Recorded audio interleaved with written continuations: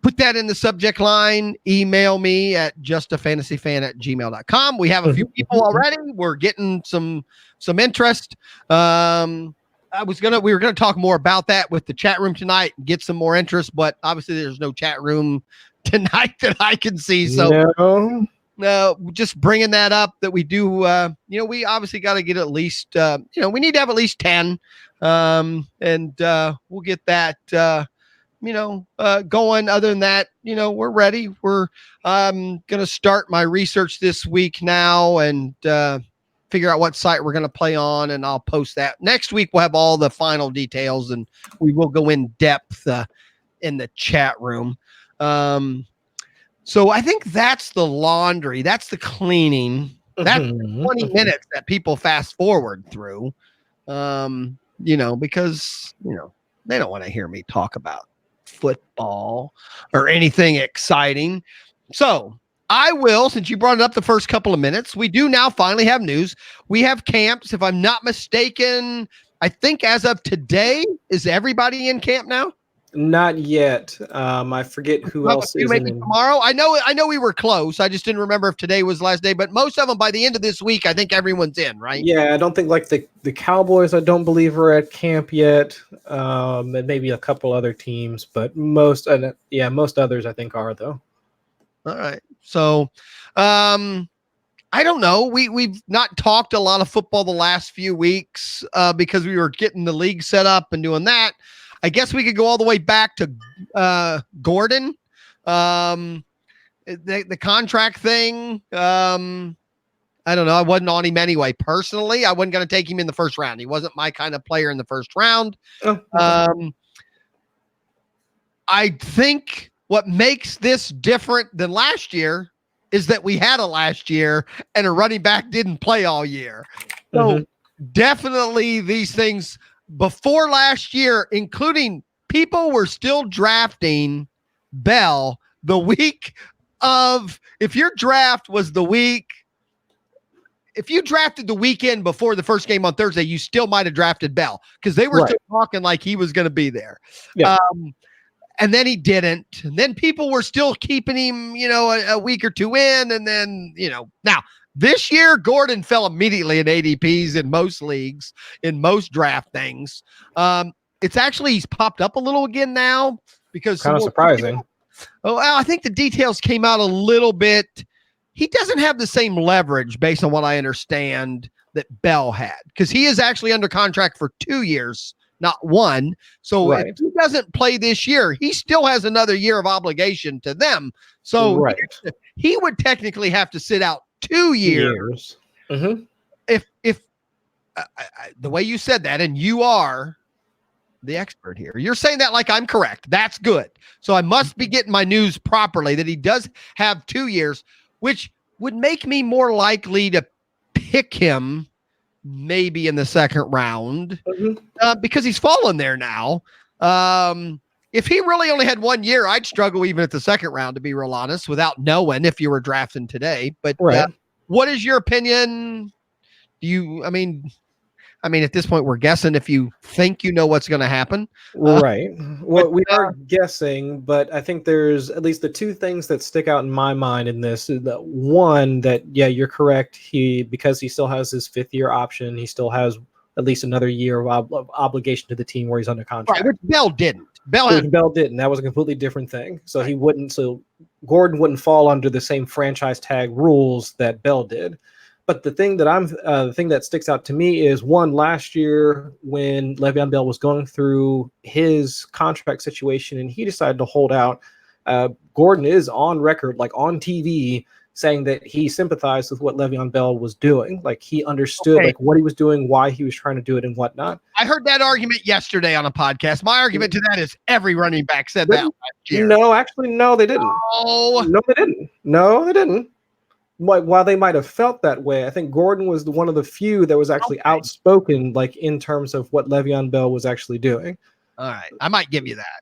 So, but that's where I would say that lends some, and that was last year. I know. So now, if Gordon finds himself in this situation now, it seems to me that this is already something that he's been thinking about and that he's ready to actually go through with.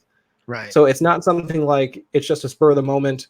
Oh, I want to get paid, and then we're just going to try and play this quick game of chicken. So I think there's, especially after last year, there's a bit more bite to this him. bark than what we saw in years past. So even with the remaining year on his contract, the option year, it's still, I'm less inclined to try and, unless it was multiple rounds, I would need to see Gordon in the third, maybe, before I decided to bite on that. Right now, I've only had one draft. I only know the one league where I'm drafting, and right now I'm drafted at the turn. I can't take him pick 12 or 13 right now. I don't think. No, that's too much. I'm not going to get him. Obviously, my next pick, is all the way, is at the beginning of is at the end of the third, and if he drops that far, I mean, if I can get him at the end of the third, okay, I'll be in on name there. We're talking tiers. We're talking in the Leonard Fournette, Kerryon Johnson, like about that line. Yeah, which most of those are going the middle of the second, end of the early third. But yeah, that's about the tier that I would put him at this point. Yeah. So, and especially, I would take a chance on him, especially if I got one of the main running backs into round one, meaning. Okay, if you get him in the third, if you get a top running back in the first, and then a wide receiver, and then him in the third, well, no one wants to think of your third round pick not working out. But if he didn't work out, you can kind of recover if you already have a top-notch running back you got in the first. But if it does work out and he gives you round one, productivity, well, man, you're set. If you so that would be good. The Zeke Elliott now also has come out and said a similar thing. I think it has even less bite, but if I'm picking one, he's been my guy. I'm scared again now. I've got him in Scott Fishbowl. He was my 1.01 pick. Yeah. And that would have been my pick before this. And it still probably is if I'm still not drafted until I find out a little more. I would not pick him number one if we're going to the week. If you're drafting the weekend before the season and he's holding out or not at camp. Yeah. I would not take him at one at that point, to be real honest. But I don't think even Zeke at that point, I think it'd be like a Bell thing. I think he falls. If Zeke would fall to the end of round one because he's not in camp and I'm picking 12 and 13, I might take a chance there. I mean, I don't think Zeke to me, I don't think I would Gordon, but I do think I'd take Zeke. Well, sure. I mean, their offensive situations are much different. I don't think he would fall that far. I mean, I think I don't see at Zeke best you might see him fall to running back 5, maybe. So he falls to the back of that tier. That could be pick 7 or 8. It could. I doubt it. With the way drafts have been going right now, it's been running backs for like the first 5 picks, and then DeAndre Hopkins. Easy's thing about drafts going on. You still got to keep in mind, if you're mock drafting right now, you're mock drafting with people that are fantasy people. You're still not drafting with the guys in the magazine. You're still not drafting home league style drafts. All that shit changes. You can throw all of it. All of that changes for the first 5 picks are really going to be that drastically different. I find that hard to believe. Well, no, drastic. Okay, the word drastic is where you catch me there. Like you're going to see DeAndre Hopkins go like the very first pick. I do not. I can't see that happening. Home leagues in Texas, DeAndre Hopkins could go third. That's all I'm saying. I mean, it can happen. That's my point. Unfortunately, in Texas, Zeke Elliott's going to go up. That's what I was just about to say. But you know what I'm saying? I've been in a lot of home leagues. I've been in live drafts where even I sometimes make a wrong decision. You just do something. I'm just saying that. Okay, we're 6 weeks out. You can't tell me. We could argue this maybe, but ADP and the people you're drafting with right now are not the majority of fantasy players yet. I'm just saying that's not. They're not. I mean, my son is really into fantasy. He got me into it. He won't mock draft till the last week. He don't care. He don't listen to podcasts. He don't listen. He's a football guy. He loves the sport, but he doesn't do what me and you do. He does. Sure. He is not. He's played for 5 or 6 years. He doesn't mock draft. He doesn't know ADP. If he's I know he's the 6th round pick, so come the 6th round, I have no clue who he'll pick. I'm just saying. I still think that kind of drafter is still the norm, not the people we're drafting against right now. That's all. I mean, 6 weeks out, Chris. I disagree. And thank you for joining us tonight. No, I'm just saying. That's why we do this, right? I know we started off this whole show by saying we always agree with each other too much. We do you remember when we used to even say that? Right? We got pretty good at it. We went like 6 months where we would even say we agree and took at each other and go, we do agree, but I don't need to say it every time, but see, exactly. See, now look at us. Now we're professionals. Exactly. The only thing you're not going to change my mind. Okay. I'm not trying to change your mind. ADP may not change drastically because that's still a catch. I'm just saying 6 weeks out, your average home league fantasy player is not mock drafting yet. That's fair. They do not. That's my point. And those people at the last week will affect ADP a little bit. The problem is us experts have drafted so much. It's hard to move ADP a lot because, there's such a small sample compared to the months we've been doing it.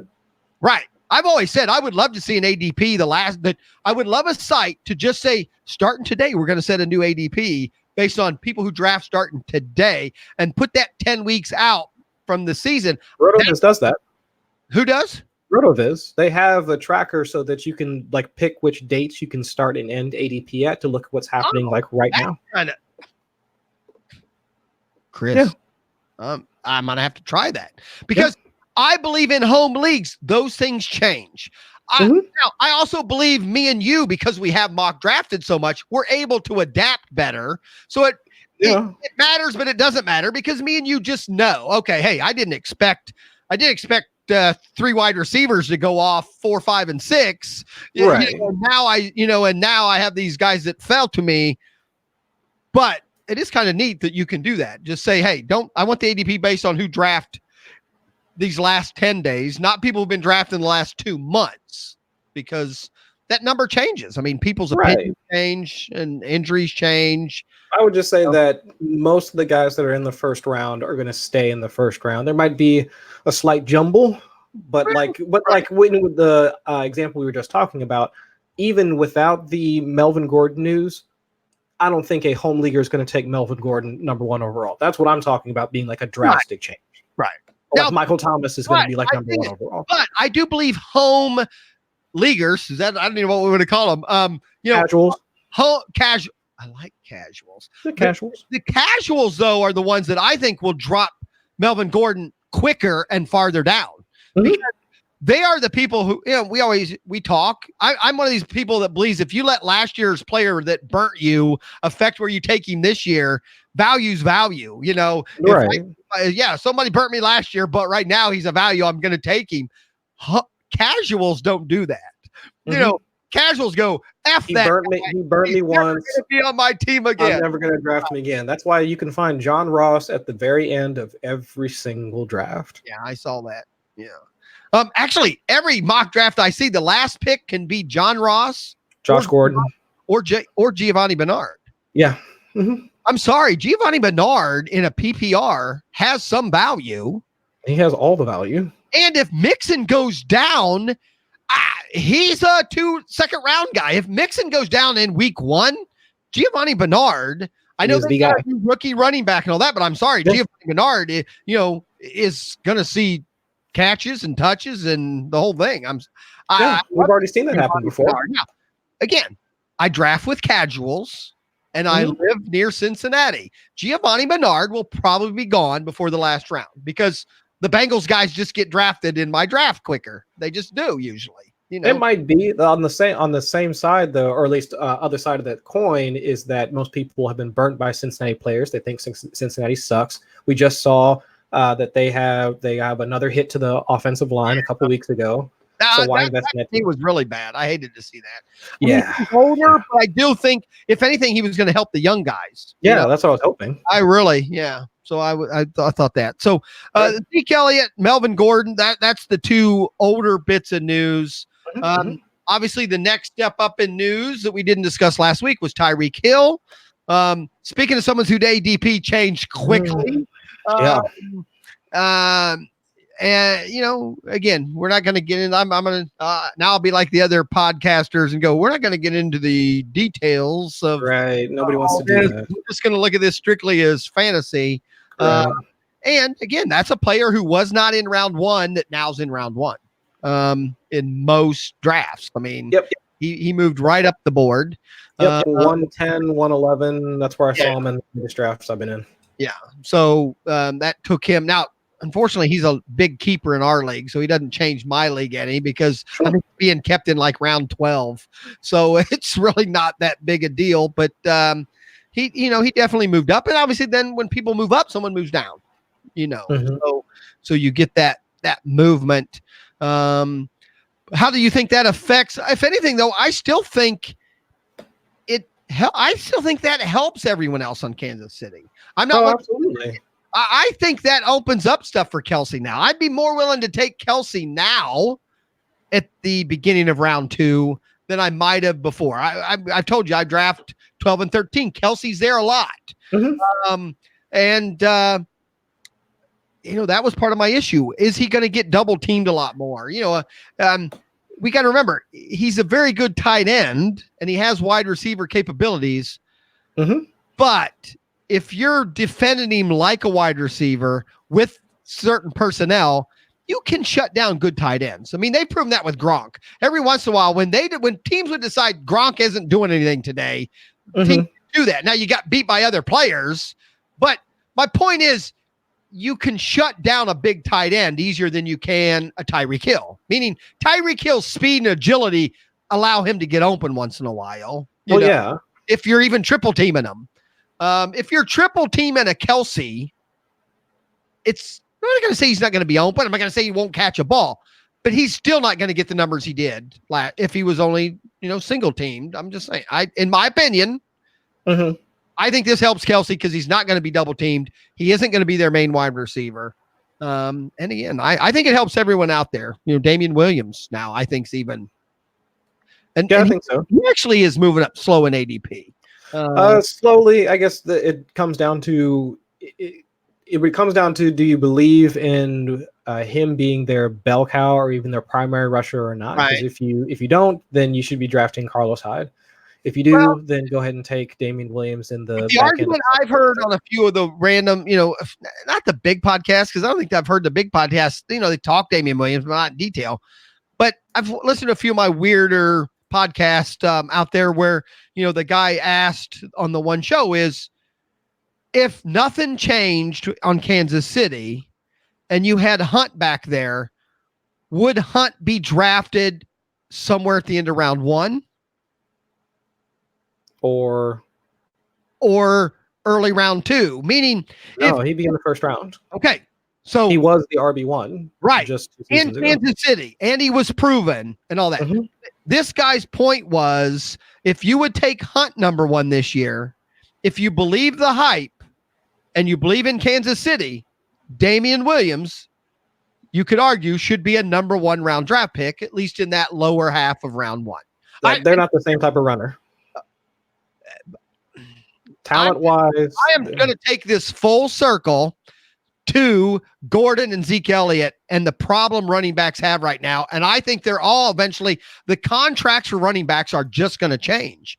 That position, the position of running back, and this is a fantasy fan sportscast because I'm a fan. And as a fan, here's what I see. I see the running back position.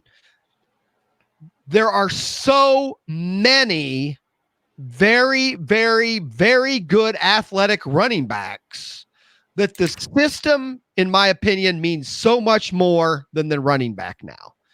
And the running backs are more interchangeable than they were in the past because the passing game has opened up lanes.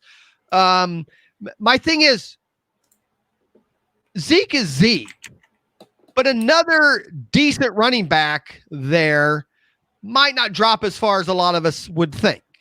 because the running back position, even in college now, a college kid, a great running back, for a top team gets hurt. The next guy up's also getting 200 yards a week, because I'm not questioning it. What I'm saying is they are also good.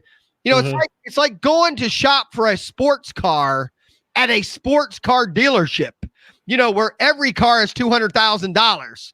Yeah, this one's $250. This one's $198. We would love them all, and they're all going to be really cool to drive to work, and they're all going to be, this one's a little nicer and has a few nicer things. But because there's so many cars and so many nice sports cars, they're more interchangeable. You know what I'm saying? If this one got a flat tire, I could drive this one and nothing's changing. Right. I think that's the problem running backs are going to have in the future with contracts. These teams are starting to realize, Pittsburgh did it. Pittsburgh for the last 5 years, when Bell's gotten hurt and they've stuck someone in there, that stick that they stuck did the same numbers, because the systems to me are making the difference, which is my argument now back to Kansas City. If you believe in the system, you believe Damian Williams can do it because he did it last year at the end. Then if you believe all that and you would take Hunt at the end of round one, you could have an argument to take Damian Williams at the end of round one. That's kind of where I'm coming at here. I agree with that. That logic makes sense. I'm not saying I would do it. So that's the other argument here. I mean, I don't think I'd take Damian Williams number one. Actually, I believe I might gamble on Gordon first. Right. Because to be honest, I'm not sure I would have taken Hunt early. My problem with Hunt is would he stay healthy or not. I think Damian Williams got a better shot at staying healthy. Some people argue that, but I think Damian Williams, a little bit bigger guy, is going to stay healthier probably than Hunt would have. But, I'm just saying, a lot of people out there are, Damian Williams is going in the middle of the second, sometimes the end of the second, the first or the third. Thereabouts, yeah. This guy's argument was, if this was Hunt, there'd be no question he'd be going in the first. Right. Because we've already seen it happen. Right. So, and Kareem Hunt has draft capital. Damian Williams doesn't. I mean, there's nuance to the take. Right. And all that being said, then that's my kind of where I'm going here, though. That's why when Kansas City's issue with Tyreek settled, I think actually it helps Damian Williams now because it helps the whole offense. Right. Because now the box isn't packed. They're not packing the box to cover a tight end and a running back. I mean, so that's my point. If Damian Williams was a early third, late second, if you believe in them a little bit, and now Tyreek Hill's coming back, then I think you could move him up a little bit, and I think at best it stabilizes his value. Yeah. So if you really do believe that Damian Williams is going to be the primary back, then if you were going to take him in the, let's say, early third, you could probably reach for him in the late second. You said it. He's the first player on my little board. When I put him in a tier, I go, that's when I might reach to the next tier. Yeah. Meaning, Damian Williams to me is one of those, if I'm getting him at the right spot, I would go, you know what? I got 8 picks after this pick. I don't think I'll get him. I'll take him here, even though it's a little high. He's one of the first players where I go in maybe round 2. I would do now again. I wouldn't reach for him in round 1. I'm not sold there yet. No. But getting him late in round 2, you might get round 1 numbers from him. Sure. But yeah, I think my problem is with running backs is there's too many good ones now. They're just, I don't know. I think after you hit a certain tier, I think after the, let's say by the third round. I am not talking fantasy when I say that. I'm talking running backs everywhere, meaning high school, college. It's saturated. Athlete of we know how to make a running back now. We know how to take one from high school, put him through college, and put him on the pros. Yeah, some are better than others. And I guess what I'm saying, I don't think there's a big difference between the Zeke Elliott and the guy who just can't get off the practice squad. I mean, that was proven last year. Who came off, played for the Rams, came off the couch.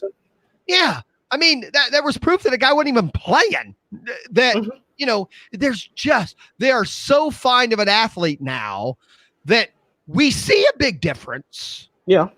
Because there's still there's still a difference in a $300,000 sports car and the $200,000 one. No, sure. But, and in the right situation, that $300,000 one is going to shine. I mean, I think so. And that's what Zeke is in. That's what some of these guys that are the top guys, they just got in the right spot, the right coach, the right line. Mm-hmm.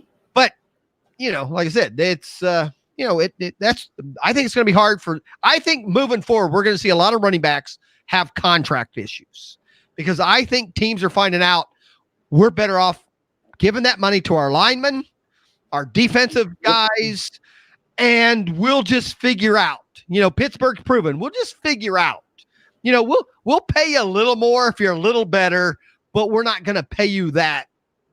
I think Todd Gurley, was he the big one last year?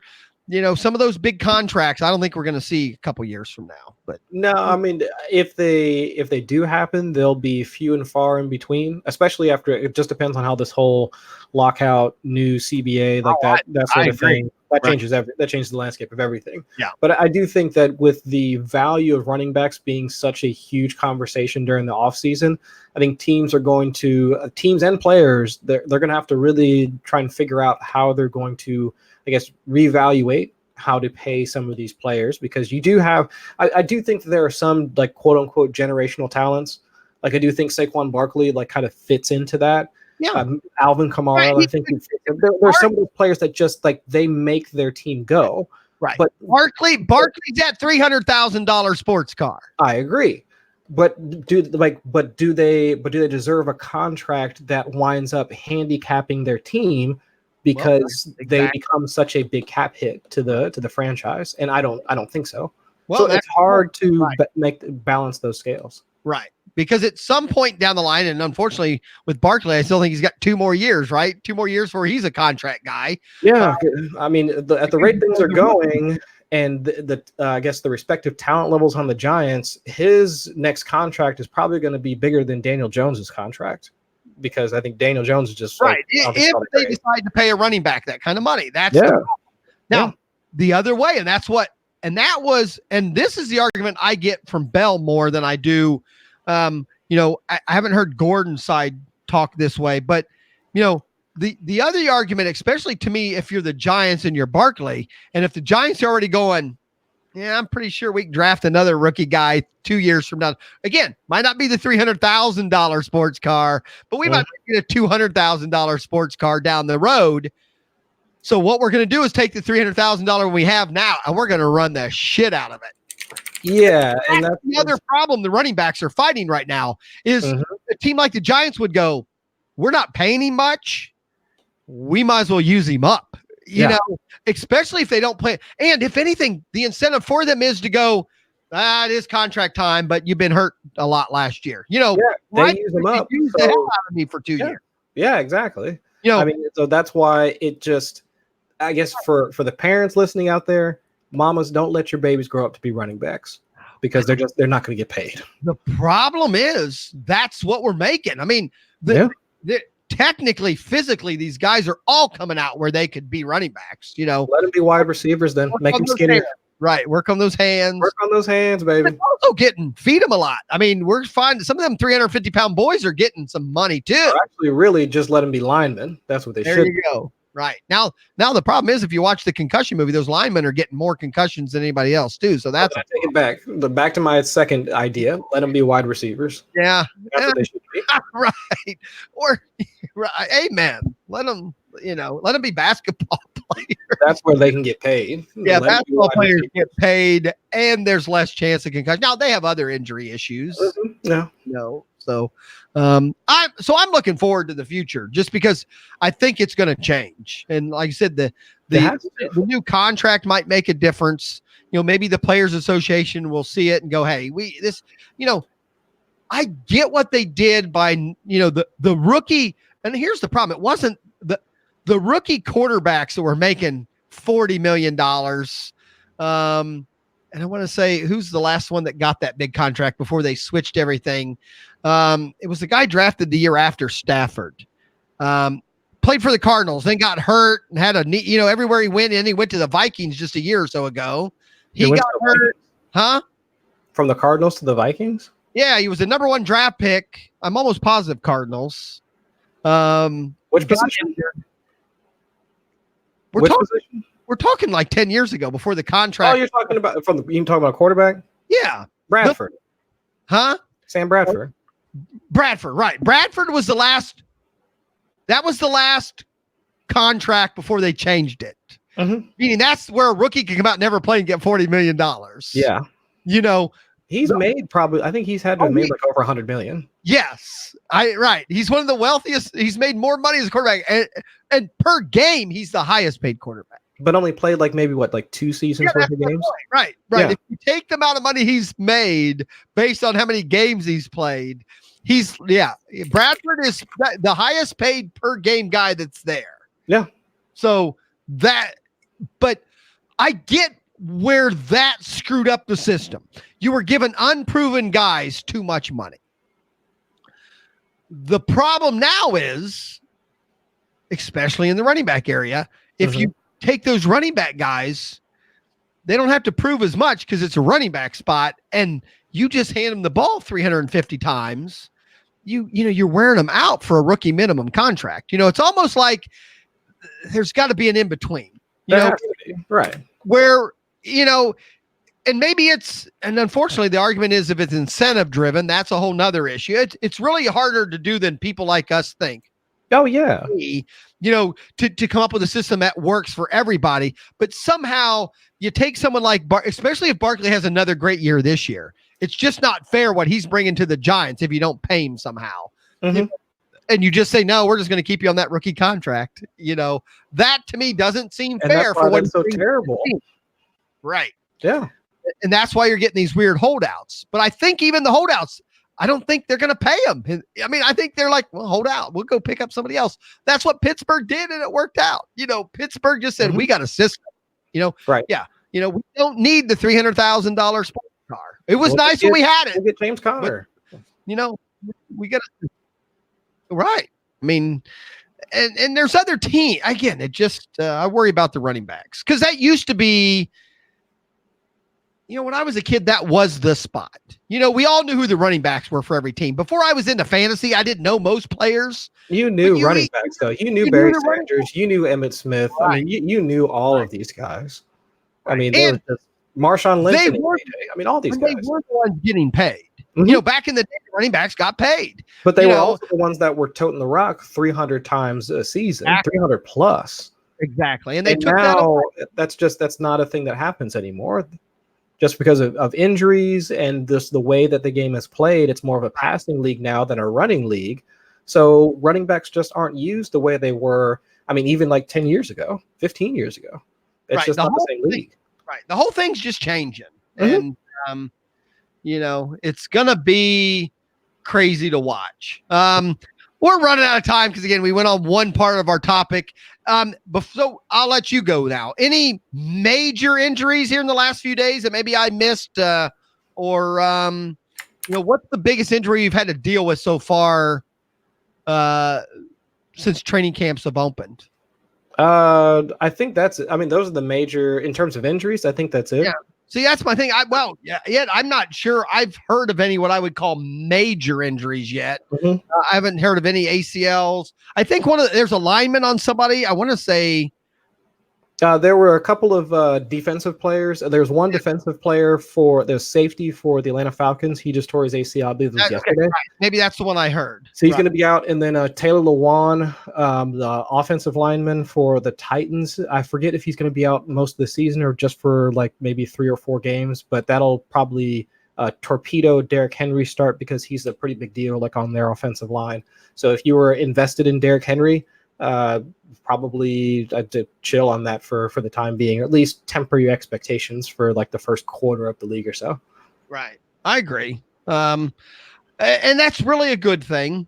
Again, I'm still a draft early guy, and if you've already drafted, you're watching all this stuff and you're watching your players.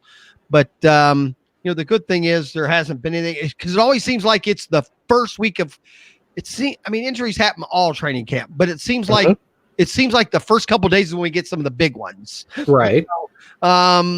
It's just because, again, it's back to the sports car. They've been sitting in the garage. They've been on cruise control on the highway going 75 here and there, and now boom, all of a sudden you're putting them at 150. Having issues. And we talked about the Bengals had a few retirements hit that was somewhat unexpected. So that becomes an issue. If you're Bengals thing, Tyler Boyd got a contract. They went ahead and signed him. That was a really big deal for. I didn't think Bengals would pay him or sign him. I'm surprised that his contract got taken care of before AJ Green's. But I will say that it's interesting to see them being proactive on a player of Tyler Boyd's, considering he mostly plays in the slot. So, but to get him to lock him up for $43 million, I believe was the total deal. So I think that's a pretty that's a good deal for Cincinnati. I think we have a chance of having, if everyone stays healthy, our 3 wide receivers could be good. And I'm still hanging my hat on Tyler Eifert. If they only play him from the 25 the 25 in, that's all I need. Put him into the 25. Yeah. And you got to remember, like I said last week, he's playing for a contract. He needs to stay healthy. He's got to. Now, I hope that doesn't mean he catches the ball and goes down on the 1 yard line. Yeah, that's still that whole contract thing is still mostly a myth, but still, it is like a nice narrative. I'm hoping still that I just want him to be healthy, right? Because his freak injuries. He's still a good player.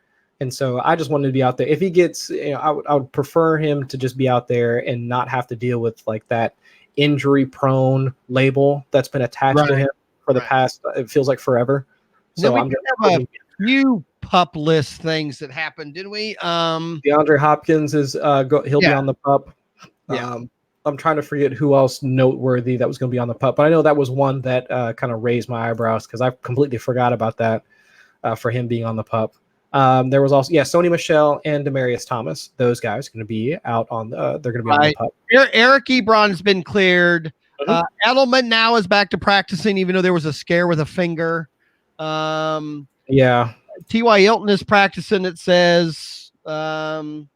These are all people who are practicing, not necessarily. So I was hoping maybe I'd get something where I got people that weren't. But I don't know. I'm excited. Obviously, this is a big, just a big time now. I'm now listening to, I know Cha-Cha's out there. And, I don't know. Cha-Cha, if you're in the chat room, maybe listening. Real quick, in your big dollar league in baseball, I forgot the standings. Maybe you could tell us who's in like second place. I'm trying to think. I haven't paid attention to the baseball standings because I'm a football guy. Sure. Yeah. Making sure you know I just want to make sure that the first couple guys, get some prop out there, because it's just some football guy probably would never be in second place, of a high dollar baseball league, and that kind of stuff. Oh, sure. But that being said, so obviously, if you're still in a baseball league and you're doing well and you're staying up, you still kind of probably listen to a few baseball shows here and there. You got to keep up with that, even though it's football season. So what I'm doing baseball till noon, 1 o'clock. And then the clock flips. The everything, the afternoon podcasts all flip then to to football. So sure. Right now, that's what I'm doing. I am listening to all the baseball shit in the morning because I got to make moves. Because some of the baseball games start at 1 or 2 o'clock. So, that's right. Yeah, you have to make some moves and do some stuff. But I do feel bad that Cha-Cha, had a spot to fill, and I think he sold everyone in the league on this idiot ain't gonna know nothing. We'll just take his money. And hey, I'm just saying. I'm only looking up at one guy. That's it. Everyone else is looking up at me because I this fantasy thing. You have to be pretty good at it. The baseball guy, they get mad at me. They call me a cheater. They say I get too much help. They say I'm not making my decisions on my own. My argument as a fan is if you're doing that and you're, what'd you call him earlier? Cool. Player who's just a player, a home league guy. Casual.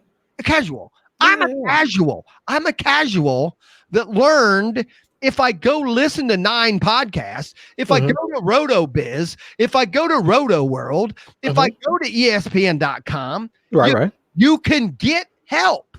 You can run scenarios through. Type in the word trade analyzer.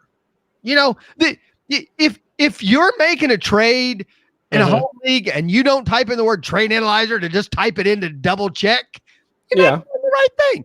But there's people out there go, that's cheating. If you have to use software or some web. No. How is that cheating? No, it isn't. Fantasy are numbers. Fantasy are stat. Fantasy are past and futures. Break it down. Yeah. So I'm just saying. Fantasy pros, they give me a little help when it comes to my baseball team. Yeah. It's not brain surgery that I'm beating a bunch of guys that are they're too good. I would never use a website to tell me how to set my lineup. I would never use a website to tell me I know enough to approve my own trades. Sure. Yeah, whatever. And you can do that while I'm cashing your checks, bitches. Tell them. I'm telling them. I love baseball. But the real baseball guys, and I'm even talking the ones that don't play football. They won't even play football. They are baseball 100%. Oof. They're dug in, huh? They just think they do. They think fantasy football is. I don't even think they would go checkers and chess. What I'm saying? Not even the same game to them, huh? Oh, no. It's definitely not the same game. Meaning the baseball guys are saying fantasy baseball is chess. Okay. There's a few that you can kind of tell go, all right, and football's checkers. It's on the same board. There's some moves. Yeah. There are some that would go fantasy baseball is chess and fantasy football is playing war. You ever played war with the cards where all how much skill do you need to play war? When you are 3, you can play your 5-year-old war. Right. Right. You know what? When's the last time you drank a lot and just played war with the wife? It's just, It's been a while, but yeah, we used to do that. Yeah, I know. Just there's a reason to ever fight with each other. It's getting drunk and playing war. Oh, yeah. Shit will happen. But my point is, the strategy difference to real baseball guys, that's their thinking. Fantasy football is so much harder. Yeah. And fantasy football is like playing war. You just flip the cards over. Wow. Just flip them over. That's it. You know what? I didn't know it was that much easier. Yes. I'm not even convinced it's checkers and chess. Okay. Some of them they'll give you all these stats and this and that, but yeah, the stats are different. Sure. Yeah, less games. I mean, but whatever. And I know we're on a baseball site, so they're loving me right now. They don't like me. Sure. They don't like me anyway. You probably cause problems every day in that chat. Every day in the chat room. Oh my God. What I can say? If you look around the room and you don't see the asshole, you might be an asshole. But I always see. That's right. It's me. So, not that Cha-Cha can't fill in there anywhere, but whatever. I'm just saying. He does his best. He does his absolute best. I'm just saying. I'm Cha-Cha. taking these chess guys and using my skill at war to be number 2 in the league. That's all I'm saying. Got it. Bringing my war skills. Okay. And they don't like it. They don't like it. They don't like the football guy, shoving ruining their game. Right. I love them. Love them all. Love you, Cha-Cha. At least, and definitely I love, harassing him. Chris, I think the one article I read did say it just came out like a day or two ago, if I'm not mistaken. So one of them I read was pretty current. And did you, now I think I read a third. Did you have an article on ADP or? One of those, I forget. The whole past few weeks have been kind of a blur. Okay. I'm saying, I think I read 3 articles and maybe one was just on late round ADP or something like that. Maybe. I did one on I think I did one on bus. I think I did one on, I did an ADP report, and then I did one on impact rookies. Yeah. All right. I mean, hey, I know we're just playing war. We're just shuffling the cards and flipping them over. Oh, Grandma, Yeah. we put an 8 down. We have to put 3 more cards. Yeah. You know, I know. I mean, I know the website, war is so difficult. You have to have a lot of websites writing articles about it. I mean, it's true. it is the game of fantasy football is just so simple, right? That we just write these articles for fun. The stats, the statistics, that's just for fun. Because it's I have fun doing it. I don't know about you guys. Just flip your cards over. Just flip the cards over. Whoever got the right half of the deck's gonna win. Doesn't matter. Just flip the cards over. Whatever. Until this war player kicks their butt in baseball, then they're just not happy. They're not happy. The deck is stacked. That's what they're telling me. Easy. I'm using websites to help me win. That's not fair. It's not fair. That's cheating. Whatever. I paid my $79 to the website so I can get my information. I'm going to take advantage of that. You're so mean. Thank you. I'll take that with pride. It's a Fantasy Fan Sportscast where this fan gets to cast his voice and his opinion, and that's all that matters.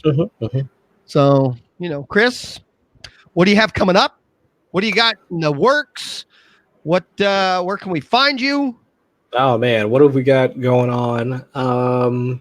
Let's see. I've got at least another article for Fantrax that should be coming out, I believe on Saturday.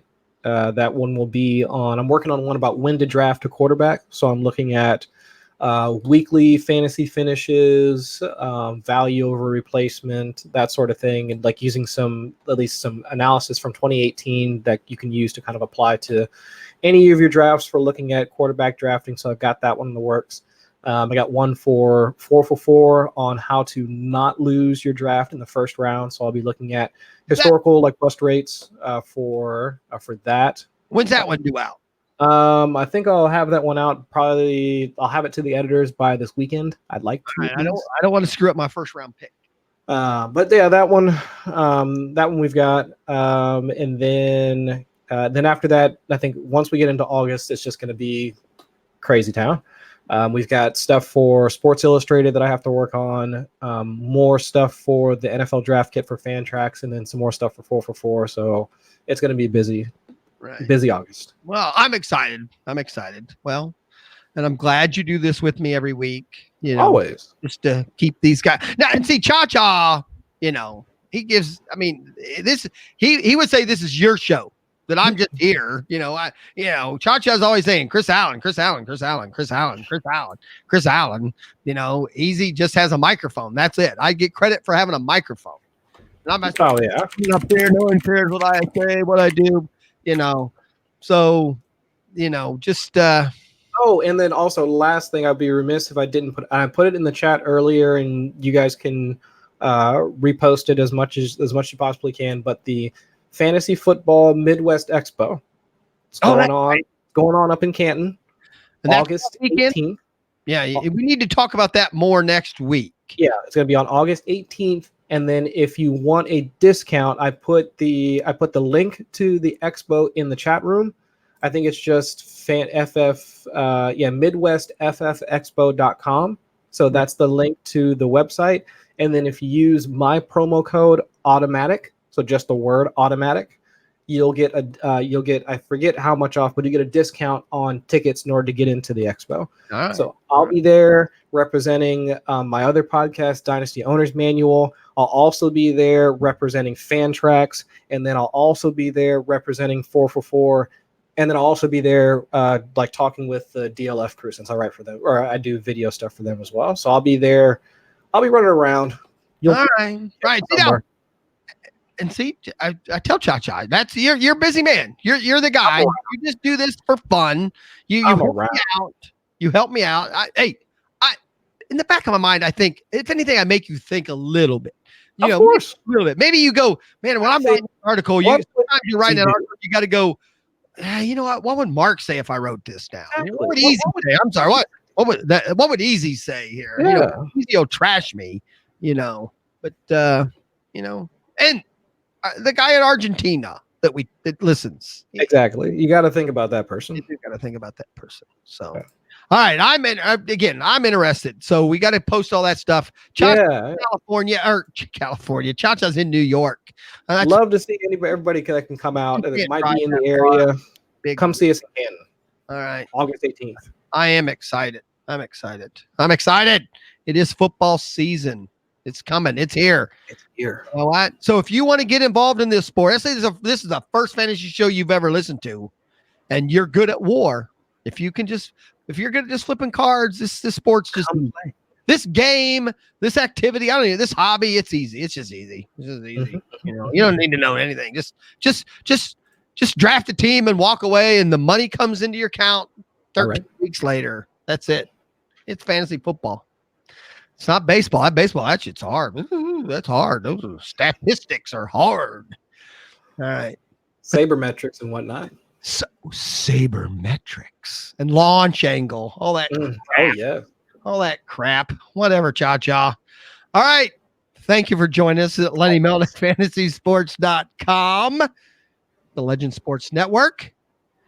And sorry the chat room wasn't as full. Actually, we had problems out there today, but you know, hey, well, next week. We will be here next week. We got all kinds. I've already got a list of stuff we need to talk about next week. So, and again, training camp will be full force by next week. Mm-hmm. All right, Chris, say goodnight.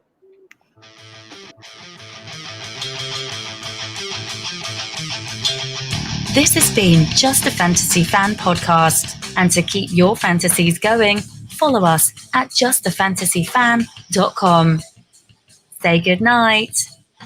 Good night.